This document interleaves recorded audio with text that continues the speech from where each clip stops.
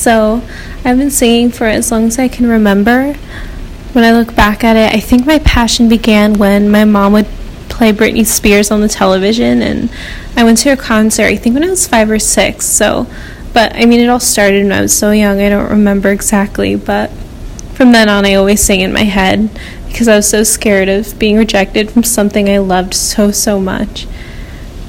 I couldn't even understand why, honestly, but that's how I got into songwriting, because my mom was really critical as a singer herself, so whenever I was home, I would just write songs, and I would write in school and in my sleep and throughout elementary school,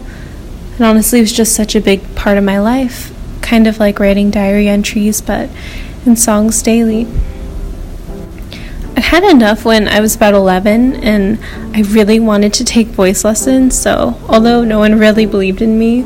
my mom eventually agreed, and my voice teacher was a theater director, so a lot of my themes and aesthetics are pulled from theater, just because I always loved anything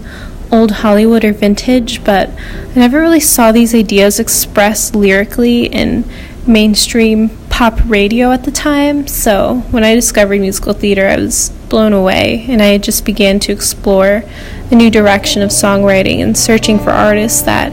expanded their horizons in that way. I really loved Speak Now by Taylor Swift, just because that entire album just takes place in this Renaissance atmosphere with dragons and princesses, and at that point when I was that young, I just no longer became interested in artists or music that were lyrically too simple. So my next step was kind of introducing myself to artists that I wasn't naturally introduced to through pop radio at the time, like the Velvet Underground, Johnny Cash, The Doors, Sam Cooke, Muddy Waters,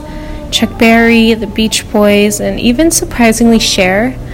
musicians that have carved their own path of music and direction that, still influence this generation. I get really frustrated constantly telling people I don't know exactly who to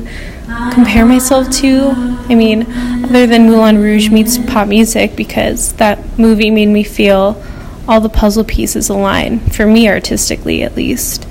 It was incredible because all the aesthetics I collected from the circus, cabaret, and burlesque was put together in front of me in pop music. So I would say my music style is cinema pop, because I draw my influence from movies and characters, and also dream pop or jazz pop.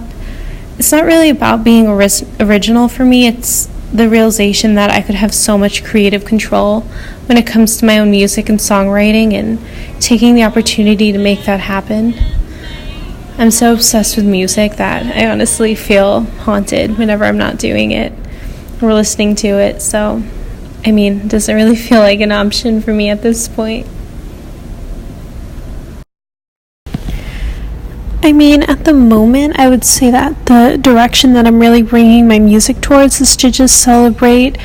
that opulence and freedom of moving to New York City for the first time, because I spent a lot of time moving and experiencing each borough of New York City, so I really want to bring back that reputation that Frank Sinatra really embraced in